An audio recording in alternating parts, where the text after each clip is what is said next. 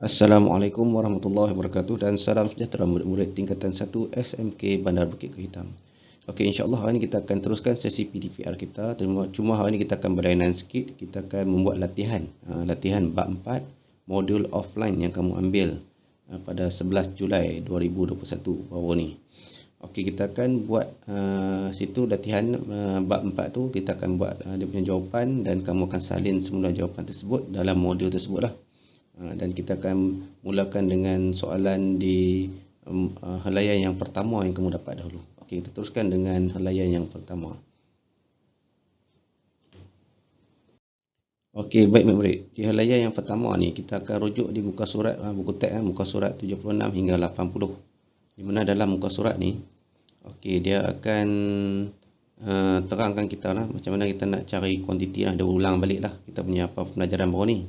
Cuma hari kita akan cuba buat, tengok boleh tak boleh untuk kita punya sebagai recall balik apa yang telah kita pelajari. Okey, kita tengok di sini ditanya wakilkan hubungan antara tiga kuantiti yang berikut dalam bentuk A nisbah B nisbah C. Okey, yang ni kita nak buat lagi untuk soalan yang nombor 1. Ini contoh dapat dah. Ini dia tukar sen kepada semua ni ke dalam bentuk sen. Ringgit ni semua tukar bentuk sen, jadi dia akan gunakan FSTB sebagai kita nak tahu, nak permudahkan dia menjadi semakin yang lebih termudah lah, bentuk termudah. Okey, untuk soalan nombor 1 kita tengok. Okey, kita ada di situ 100 gram, 1 kilogram dan 800 gram. Okey, jadi kita akan tukar untuk 1 kilogram ni kepada gram. Jadi kita tukar macam mana? 1 kilogram darab dengan 1000 gram. Kita akan dapat 1000 gram lah. Okey, jadi kita akan dapat situlah 1 gram nisbah 100 gram nisbah 1000 gram nisbah 800 gram. Okey, di sini dia masih lagi dalam nilai yang besar. Jadi kita akan cuba permudahkan jadi yang nilai yang paling kecil. Iaitu kita gunakan kaedah FSTB. Di mana di sini FSTB yang ada untuk situasi ini adalah kita kena bahagikan dengan nilai 100. Okey, jadi FSTB dia ialah 100. Maka kita akan bagi 100, kita akan dapat nilai dia. Di sini yang terakhir adalah 1 nisbah 10 nisbah 8. Jadi jawapannya untuk soalan ni adalah 1 nisbah 10 nisbah 8. Okey, jadi salin jawapan ni dalam modul kamu lah. Okey, kita teruskan dengan soalan yang seterusnya. Okey, baik, untuk soalan yang kedua ni iaitu dia masih lagi benda yang sama, dia minta kita tukar jadi dalam bentuk nisbah yang dia nak tu lah. Okey, di sini dia bagi 40 cm. 40 cm 1.2 meter dan juga 2 meter. Jadi di sini kita sukar untuk mengira kalau sekiranya ada perpuluhan, jadi kita tukar dalam bentuk cm semualah.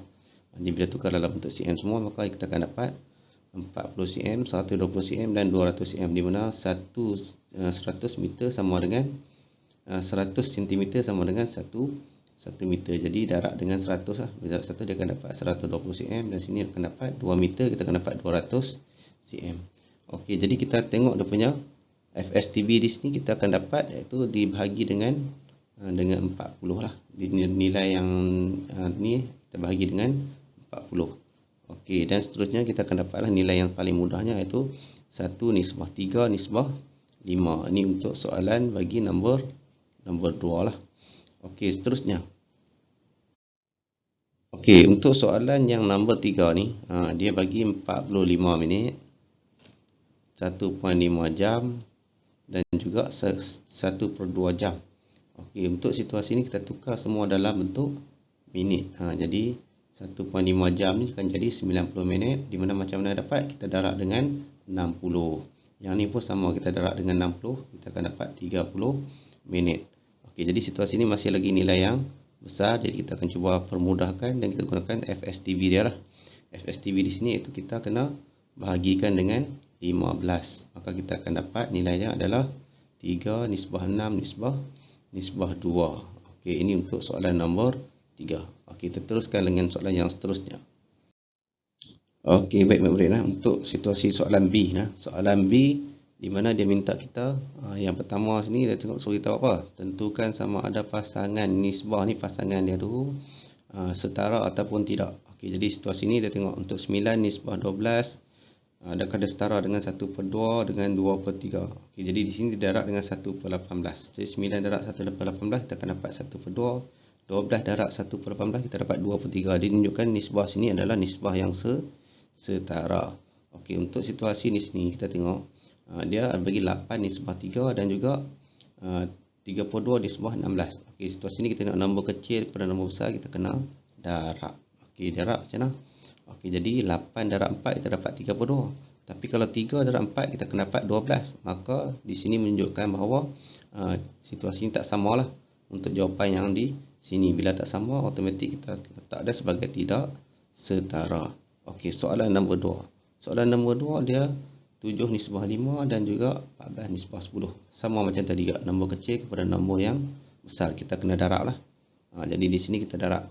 7 darab dengan 2 dapat 14. Dan 5 darab 2 kita akan dapat 10. Jadi ini dia setara lah. Kalau macam ni kita simpulkan sebagai setara. Okey, untuk soalan nombor 3. Okey, dia bagi 3 kuantiti. Okey, 3 kuantiti ni kita tengok. Ni kuantiti nombor yang besar, sini nombor yang kecil. Okey, jadi macam mana nak dapat? Okey, kita macam tadi juga. Cuma di sini saya terlupa letak nisbah 8 di sini. Jadi tak ada masalah nah. Kamu tambah nisbah 8. Jadi di sini kita kena bahagilah. Besar kepada kecil kita bahagi. Jadi 12 bahagi 4 kita akan dapat 3, betul. Masalah sekarang ni 24 bahagi 4 kita akan dapat 6. Jadi di sini 4 kali 6 dapat 24. Di sini 5. Di sini 8 bahagi 4 dapat 2, ni betul. Okey, tapi di sini tak betul. Bila tak betul, automatik kita sebagai tidak setara. Okey, untuk situasi ni pecahan nak pergi kepada nombor bulat. Maksudnya kita kena darab lah. Darab dengan berapa? Okey, kita tengok. Okey, jadi 1/3 darab dengan 6 kita akan dapat 2. 1/6 darab dengan 6 kita dapat 1. Jadi jawapan di sini menunjukkan bahawa nisbah tersebut adalah, pasangan ni adalah setara. Dan yang terakhir, perpuluhan.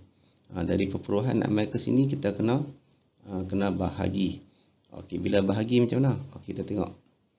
Okey, sebenarnya 1.8 bahagi dengan 0.3 kita akan dapat 6. Dan juga 1.5 bahagi dengan 0.3 kita akan dapat 5.